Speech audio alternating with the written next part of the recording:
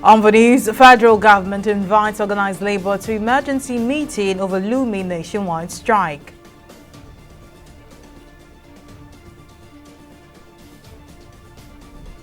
Vice President Kashim Shettima assures Nigerians their sacrifices will not be in vain.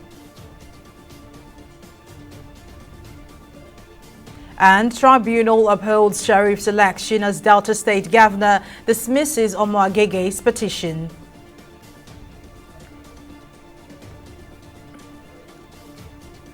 A warm welcome to News Now on TV 360 Nigeria. I am Mary Kanu.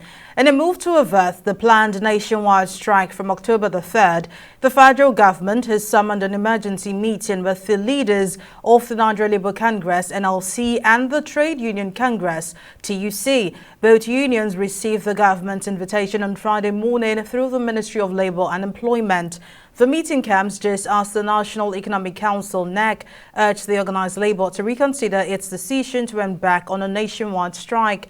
On September 26, Nigeria's two major workers' unions revealed plans to begin an indefinite strike on October 3 to protest against a cost of living crisis after the scrapping of petrol subsidy. And Vice President Kashim Shettima has assured Nigerians that their sacrifices will not be in vain. The Vice President made the remark at a public lecture to commemorate Nigeria's 63rd independence anniversary at the State House Banquet Hall, Abuja. The event, which had several stakeholders across various sectors in attendance, had discussions and reflections on the country's growth as well as solutions moving forward. More details in this next report. As Nigerians prepares to celebrate her 63rd independence anniversary, the Office of the Vice President has organized a public lecture at the State House Banquet Hall, Abuja, to commemorate this celebration. With top dignitaries in attendance, the Vice President kicks off the event with assurance of a better economy under the leadership of President Bola Tinubu. We knew from the starting point of this race to serve the people that the track will not be without its holes and ponds. We knew that challenges will arise and obstacles will test our resolve. But as our history has shown, Nigerians are too ambitious to be broken by a temporary setback. We are going to emerge from this phase of our reform stronger, each of us with renewed hope. Speaker of the House of Representatives, Tajuddin Abbas, called on the federal government to consider increasing the salary of workers to eliminate corruption. The issue of coming up with a living wage is the foundation of a corrupt-free society. If a worker is paid well, he is paid enough to be able to afford his basic needs. It will help to eliminate corruption in a significant way. Speaking on the essence of the symposium, the Secretary to the Government of the Federation, George Akume, said a gathering such as this will shed more light on critical areas of Nigerian socio-economic potential. To document and carry forward the critical outcomes of the symposium to the highest level of political leadership. Where necessary, relevant national think tank institutions, such as the National Institute for Strategic Studies, NIPS, and the Nigerian Institute for Social and Economic Research, NISO, would be engaged to deepen the articulation. The issues that I've identified in this paper are the feathers to be regenerated by the effective leadership that he is expecting you all to provide in your respective positions. He is anxiously waiting for these feathers to enable him spread those wings to their full span and lift up for Nigeria to soar to the skies of his socio-economic development, national unity, and prosperity. Guests and speakers agree that the anniversaries offers Nigeria another opportunity to acknowledge the cross-regional bonds that have kept the country standing as Africa's most populous nation and largest economy. Sydney Okafor, TV 360, Lagos. To legal matters now, the Delta State Governorship Election Petition Tribunal has upheld the election of Governor Sharif Oborevori of the People's Democratic Party in the March 18 election. The three-member tribunal, headed by Justice C.H. Ahuchogu, dismissed the petition filed by former Deputy President of the Senate, Ovie Omagige of the All Progressives Congress. The tribunal held that the petition contained unsubstantiated allegations, adding that it was devoid of merit and speculative. Omagige, who came second in the March 18 election, challenged the declaration of Oborevori as winner of the election by the Independent National Electoral Commission. The Supreme Court has affirmed Eitan Achonu as the Labour Party candidate for the November 11, 2023 election in Imo State. A contestant in the primaries, Basil Maduka, had objected to Achonu's candidature at both the Federal High Court and the Court of Appeal, but the justices of the Supreme Court struck out the matter and determined that Achonu won the legally conducted primaries by the lawful leadership of the party under Julius Abure and witnessed by the Independent National Electoral Commission. Briefing newsmen in Abuja alongside Achonu and lawyers of the party, the National Legal Officer of the Labour Party praised the Supreme Court justices for the ruling and appealed to the people of Imo State to support their candidates. Supreme Court put a stop to all the shenanigans, the lies, and not even confusion, but all the lies that have been spread around. As it is today, the Supreme Court has declared that the person and the judgments that were being relied on by some disgruntled members of the Labour Party to claim that Senator Achonu's candidature has been dented in any way has now been brought to an end. Today, the Supreme Court dismissed the suit. As I said earlier, Senator Achonu is not only the INEC known candidate, he's the only candidate of the Labour Party for the Imo State governorship election that has been backed by an order of court. I want to make it clear now to Imolites, because it was a psychological warfare. The whole idea was to make Imolites think that there could be a problem with my candidature.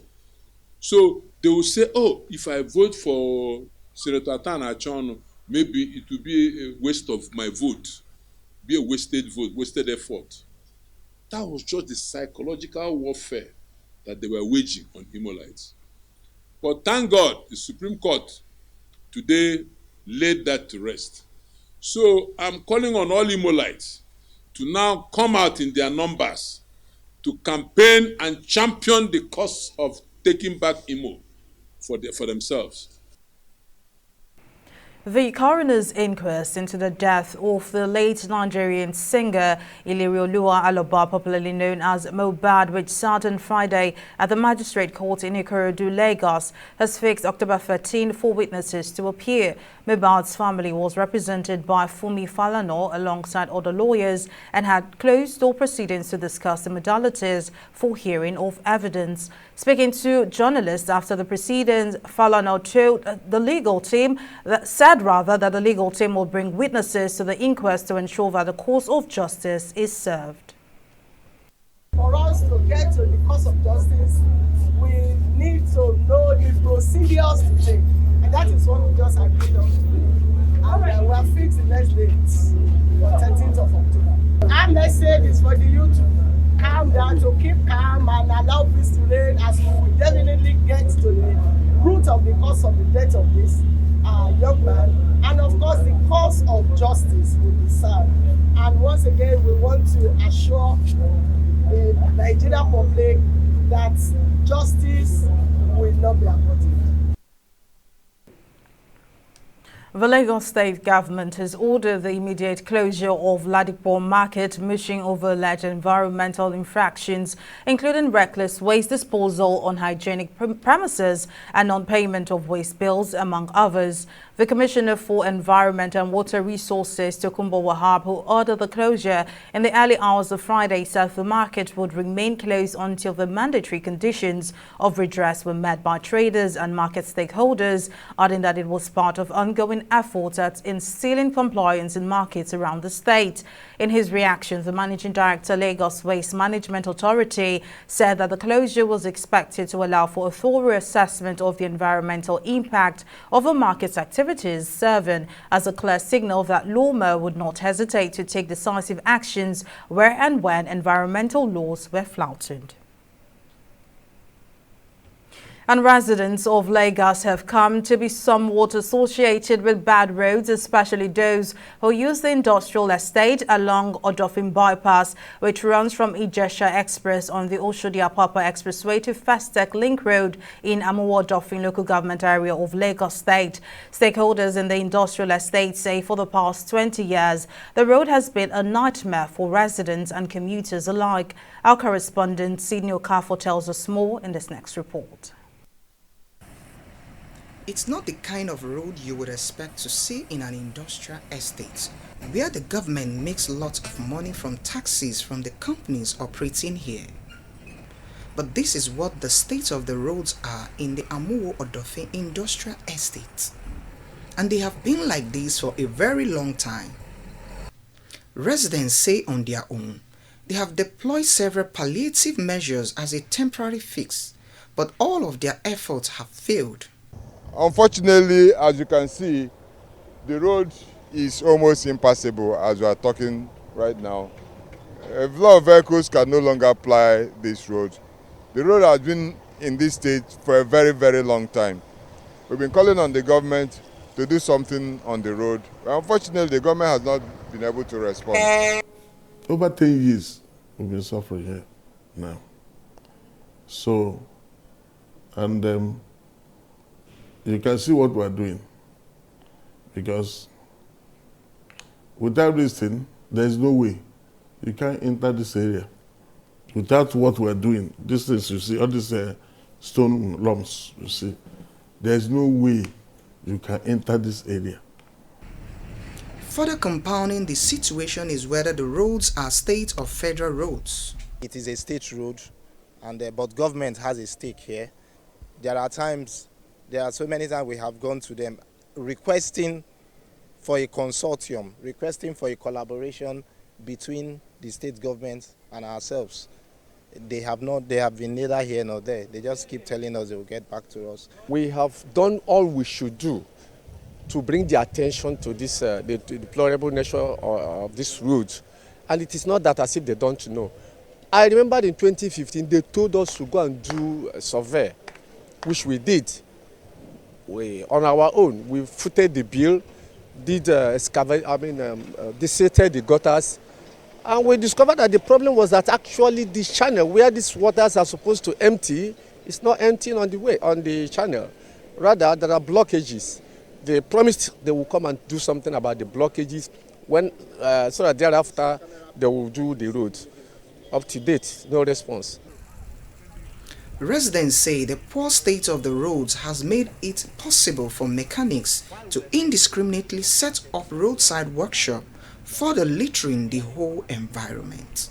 Look at the road, and this has grossly affected our businesses. It has affected the safety and security of the entire estate. We are appealing to government if they will come to our rescue, at least to see, since we are paying tax. It's a tough one for residents of the industrial estate. Apart from affecting businesses operating in the area, the residents spend so much to fix their vehicles each time they drive on the roads. They are hoping the Lagos State government in particular comes quickly to fix the roads so their businesses can come back alive. Sidney Okafor, TV 360, Lagos.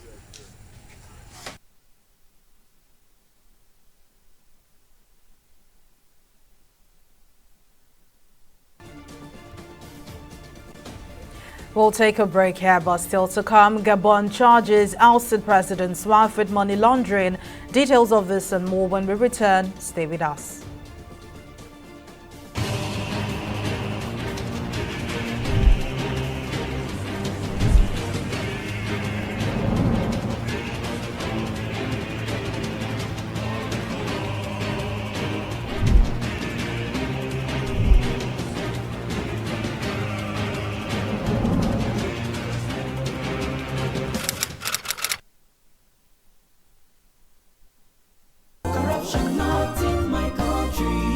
Good afternoon, sir. Good afternoon, madam. My name is Alero. I am not sick. I just need you to help put your stamp on this medical report. I want to tender it at my office as a sick leave. I'll pay 10,000 naira. Ma'am, that is impersonation. I'm not a doctor. Oga, be like say this English no go pay. I go increase the money to 20,000 naira. I beg. You know, if I give you that 20,000, as you wide, so you know, if it still help your condition more. So you know, say you spread well. As I spread like virus, I'll be. You talk. Come out! If person come your hospital, talk to make you give a fake medical report, make you go take collect sick leave. Talk and say no, not corruption. Not in my country. Corruption not in my country. Stop corruption now.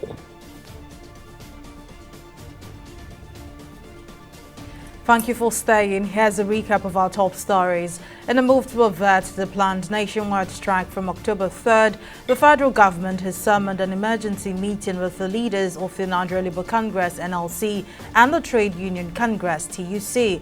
Both unions received the government's invitation on Friday morning through the Ministry of Labour and Employment. We also told you that Vice President Kashim Shettima has assured Nigerians that their sacrifices will not be in vain. The Vice President made the remark at a public lecture to commemorate Nigeria's 63rd independence anniversary at the State House Banquet Hall in Abuja. In case you missed any of our news bulletin or for more updates, you can catch us on Mix4 TV or log on to our website on www.tv360nigeria.com. You can also follow us on our social media platforms on Twitter, Instagram and YouTube at TV360 Nigeria, or download our mobile app on Google Play Store and Huawei App Gallery. On Facebook, we're at TV360 Online.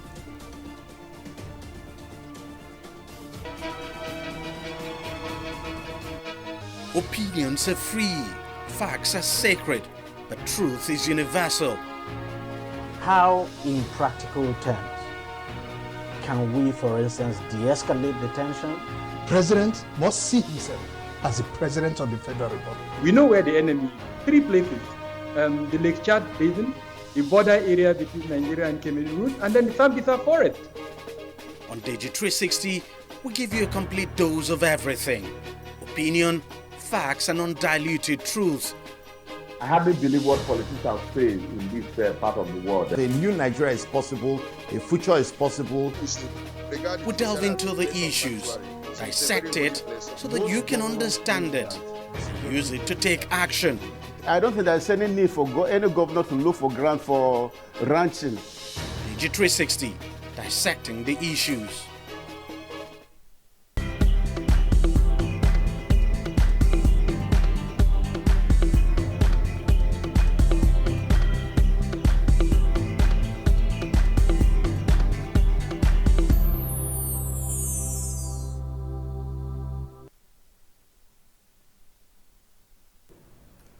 Welcome back. Simisola Adigun joins us now with business updates. Simisola, what's the latest? Thank you very much, Mary. Welcome to Business News. The Business Recovery and Insolvency Practitioners Association of Nigeria, BRIPAN, has organized an event to mark its annual international conference in Lagos. Speaking at the conference held in Lagos, tagged Insolvency and Restructuring Law and Practice in Nigeria, Looking to the Future, President of the association said the aim of hosting the conference is to help revamp the economy and examine the benefits that the future holds for business owners, entrepreneurs, and insolvency and professionals in Nigeria. More details in this next report. Business enterprises are the backbone of the economy in Nigeria, a nation known for its entrepreneurial spirit. Although business entrepreneurs in Nigeria may feel that success is out of their reach due to a number of challenges. But in a bid to promote investment and boost economic development in Nigeria through business, the Business Recovery and Insolvency Practitioners Association of Nigeria, BRIPAN, has called on business owners to seize the opportunity to ensure that ailing businesses survive by providing solutions for them. In his address, former Federal Minister of Justice for Nigeria, Kanu Godwin Agabi, said all hands must be on deck to further prevent people and businesses from going insolvent. We must work at ensuring that individuals and organizations do not become insolvent or bankrupt and then begin to try to find solutions. Government policy, government action, government inaction has ensured that many Nigerians prefer to keep their monies abroad. Those at home prefer to keep their monies in their homes. We must encourage Nigerians who have monies abroad to bring it home.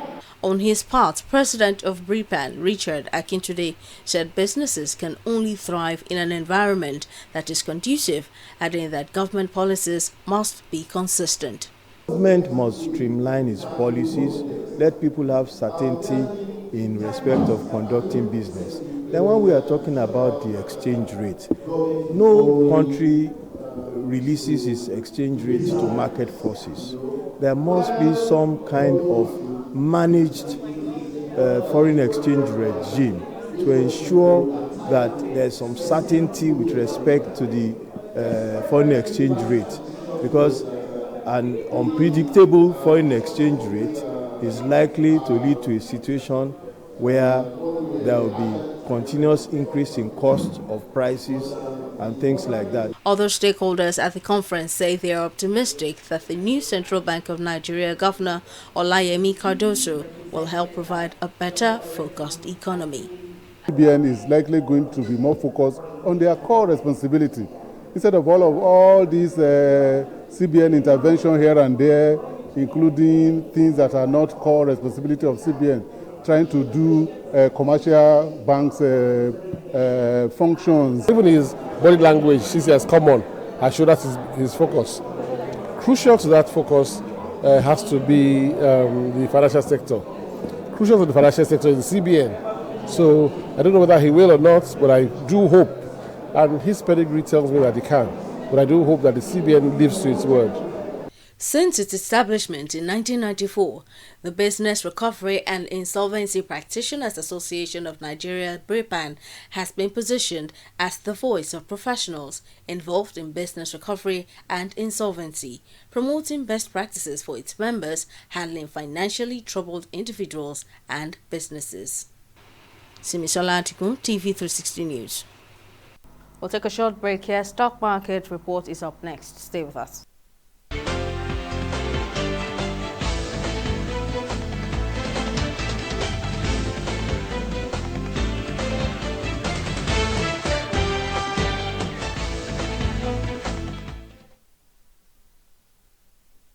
Investors in Nigeria's equity market saw the value of their investments decline by 91 billion naira in September as the market dropped by 0.25% following sessions of profit-taking after the August rally.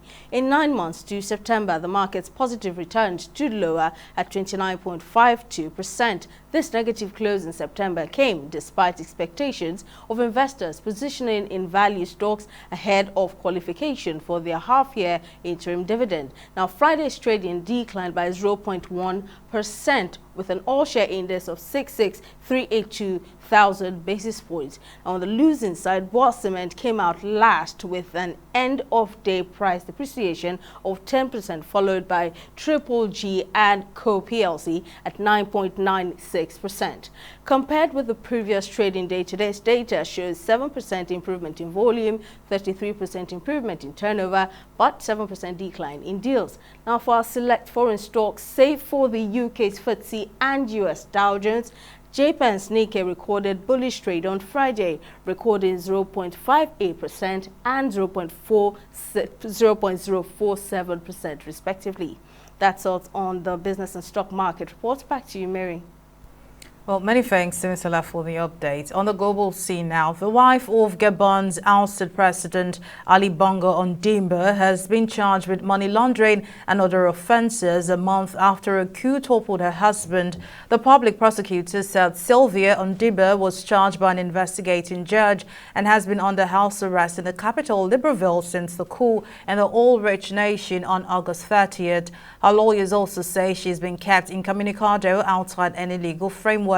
Ousted President Bongo, who had ruled the Central African country since 2009, was overthrown by military leaders moments after being proclaimed the winner in a presidential election.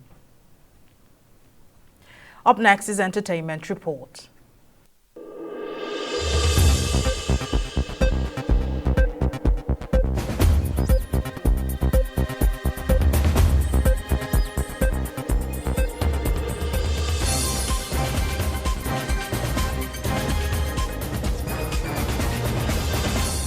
As Nigeria's independence anniversary draws closer, the streaming platform Apple Music, in a bid to celebrate the heritage of Nigerian music, has confirmed the 5 biggest Nigerian artists of all time on the music platform. Apple Music revealed that Grammy Award winner Burna Boy is the biggest Nigerian artist of all time across the globe, with Wizkid coming in at number 2, Davido at number 3, Rema at number 4, and Asake at number 5. This is not far-fetched, as these top acts have continued to dominate the rankings and have also broken existing records with their project over the years. Balogun Olamilekan Iletu, also known as Sam Larry, has been arrested over an ongoing investigation into the circumstances leading to the death of late singer Ileri Oluwaloba, also known as Mohbad. Sam Larry was arrested at the Muritala Muhammed International Airport late on Thursday, has however denied any involvement in the death of the lead singer. This isn't the first time he has dissociated himself from Mohbad's untimely demise. His arrest also comes after Mohbad's former music label boss, Aziz Fashola, also known as Naira Marley, announced his plan to return to Nigeria, provided the safety was guaranteed. And that's all on the entertainment segment of news now. Okweyemi Owusheni, TV360 News.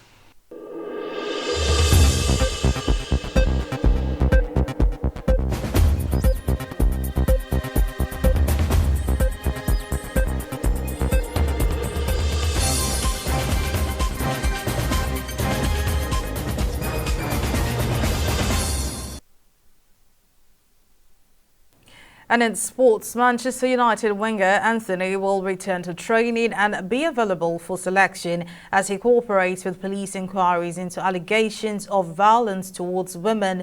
The Brazil international, who strongly denies the accusations, was given a leave of absence by United on September 10. United have confirmed the 23-year-old will rejoin training with a view to returning to Erik ten Hag's side, but he will not be involved in Saturday's Premier League clash with Crystal Palace. That's all on news now. I am Mary Kanu. Many thanks for watching.